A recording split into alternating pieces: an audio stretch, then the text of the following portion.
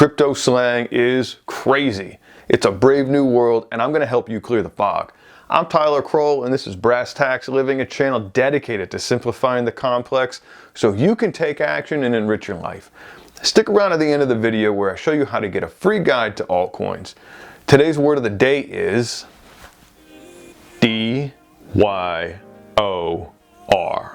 Means do your own research. And it would behoove you to do exactly that. Doing your own research means taking accountability for your trading decisions. No one owns them but you, and it's your own hard-earned money. So DYOR.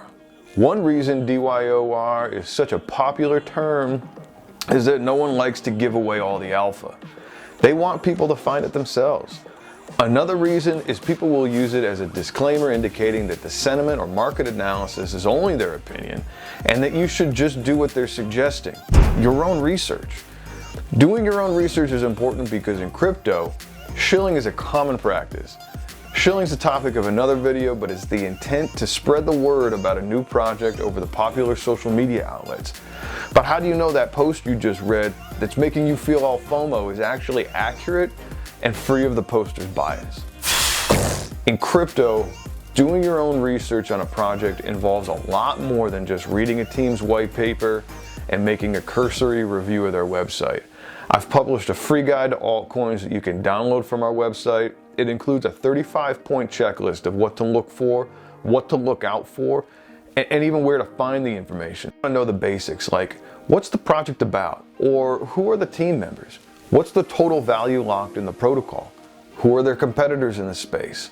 How's the token used? Are the tokenomics inflationary or deflationary? Are there burning mechanisms? How much goes to the team? Does any go back to the shareholders? There's a lot to this, and doing your own research doesn't stop with your initial investment.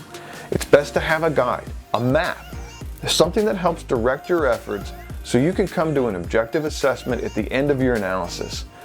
The best tools are the ones that allow you to compare project against project objectively.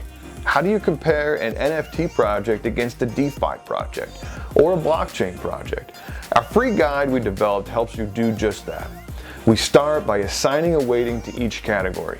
Then, as you're assessing a particular facet of a category, you give a score from 1 to 5. These facets roll up to an average, and that average adds a weighted contribution to the project's total score.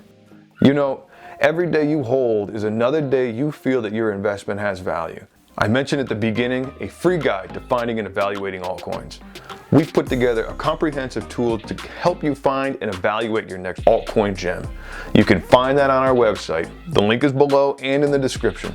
Hit the like button, subscribe to the channel. Let me know what other jargon you want to see in the comments, and I'll see you on the next video.